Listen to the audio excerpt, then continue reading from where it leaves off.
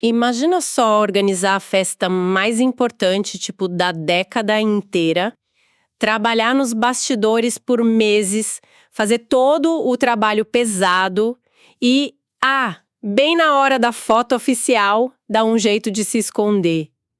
Soa meio absurdo para nossa cultura de hoje, né? Muito. Mas foi exatamente isso que um dos caras mais famosos da história antiga fez. Então, sejam muito bem-vindos ao Amplicast da Igreja Amplitude de Vinhedo. Hoje, na nossa série Fala João, o episódio é Quem é João Batista? Exato. E a ideia hoje é mergulhar lá no Evangelho de João, sabe, no capítulo 1, dos versículos 19 a 34, para entender qual era a real desse cara. Pois é, porque a gente tem muito aquela imagem dele como, um eremita excêntrico no deserto, com aquelas roupas rústicas, né? Com certeza. Só que a própria identidade dele, na cabeça dele mesmo, era totalmente relacional. Ele se via puramente como o amigo do noivo. Aham. E para entender por que ele foge tanto das fotos, a gente tem que voltar para a cultura judaica daquela época. O amigo do noivo era o verdadeiro motor do casamento. Nossa, sério? Sim, ele que organizava tudo, cuidava da noiva, garantia que tudo saísse perfeito. Mas o mais doido é que a missão dele acabava assim que a festa começava. Caramba!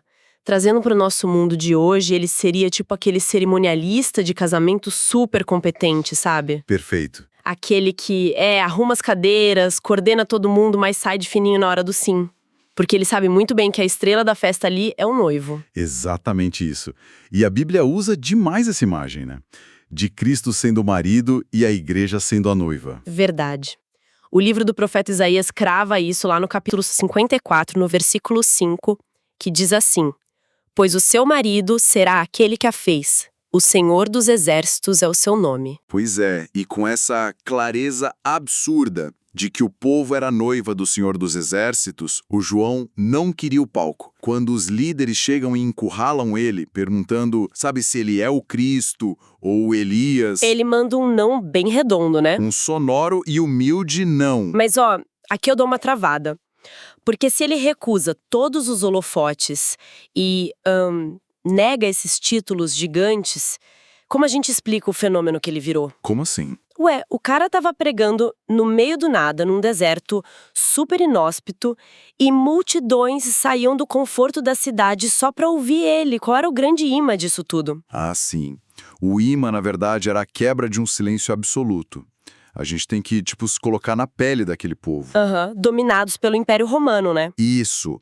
E não só oprimidos por Roma, mas eles não ouviam uma palavra fresca de Deus há uns 400 anos. Nossa, desde o livro de Malaquias? Exato.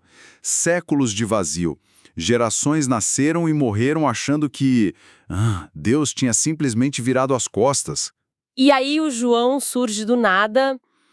Cumprindo direitinho a profecia de Isaías no capítulo 40, versículo 3, que diz: Voz do que clama no deserto, preparai o caminho do Senhor, endireitai no ermo vereda a nosso Deus. Nossa, isso deve ser caído como água fria no deserto da alma daquele povo. Com certeza, foi um alívio. Mas peraí, a água que ele oferecia era meio amarga para algumas pessoas, não era? Não era uma mensagem fofinha. Pois é. Ele chamava a galera de raça de víboras, falava que o machado já estava na raiz das árvores. Pensando hoje, essa agressividade não espantaria todo mundo? Espantaria quem quer conforto, né? Mas ele encontrou eco porque ele estava quebrando uma ilusão perigosa. O pessoal lá achava que o simples fato de serem descendentes de Abraão... Tipo um passe livre para o céu? Exatamente, o sangue certo garantia tudo. João bate de frente com essa religiosidade de fachada. Faz sentido. O lance do machado na raiz mostra que Deus não olha para a folhagem da árvore ou para a aparência externa, sabe?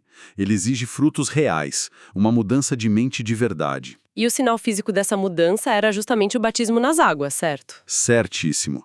E é bem aí, nas águas, que o João desenha o limite do que ele pode fazer e do que só Jesus vai fazer.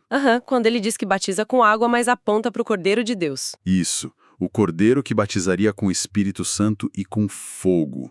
Nossa, o detalhe do fogo muda tudo, né? Porque a água do João lavava por fora, preparava o caminho. Mas a água só molha. Verdade. O fogo não, o fogo altera totalmente a natureza do que ele toca. Ele purifica de verdade, separando o trigo da palha lá no fundo do coração humano. Perfeito. E o João tinha plena consciência de que não tinha esse poder. Só Jesus tinha. E isso, olha, traz uma aplicação fortíssima para nós hoje. De lembrar quem a gente não é, né? Exato. É o exemplo perfeito da mãe helicóptero. Ah, eu adoro esse exemplo. Aquela mãe que fica sobrevoando a vida dos filhos, tentando controlar o ambiente, consertar tudo e blindar eles de qualquer dor. E no fundo o que ela está fazendo? Tentando ser o Cristo na vida do filho. Sim, e isso é esmagador. É pesado demais tentar salvar alguém, seja um filho, um marido, um amigo. Quando a gente entende que não é a gente que carrega o fogo purificador, nossa, o alívio é gigante. Total. Nós somos só a voz. O papel não é ser o Salvador, é só apontar para ele. Como diz lá em Romanos, no capítulo 10, a partir do versículo 11, todo aquele que invocar o nome do Senhor será salvo. E aí, Paulo continua com a nossa parte, né? Como ouvirão se não há quem pregue? E como pregarão se não forem enviados? Quão formosos são os pés dos que anunciam coisas boas. Nós somos os cerimonialistas anunciando coisas boas e, bom, isso deixa uma provocação bem forte para quem nos ouve. Em quais áreas da vida a gente está tentando carregar esse fardo de ser o Cristo das nossas próprias histórias? Ou da história dos outros, né? Pois é, em vez de simplesmente descansar no papel de amigo do noivo e deixar que Jesus cresça. O alívio de poder sair da foto oficial é muito libertador, de verdade. Fica essa reflexão para todos nós, então. Bom, o nosso tempo fica por aqui. Muito obrigada pela companhia de todos. Foi um privilégio enorme compartilhar esse tempo com quem nos acompanha hoje. E para quem nos ouve, não deixem de seguir o nosso perfil lá no Instagram, é o @AmplitudeVinhedo, e busquem também no YouTube por Igreja Amplitude Vinhedo. Façam o trabalho pesado, preparem a festa mais na hora da foto, saiam de cena e deixem o noivo brilhar. Um abraço e até a próxima!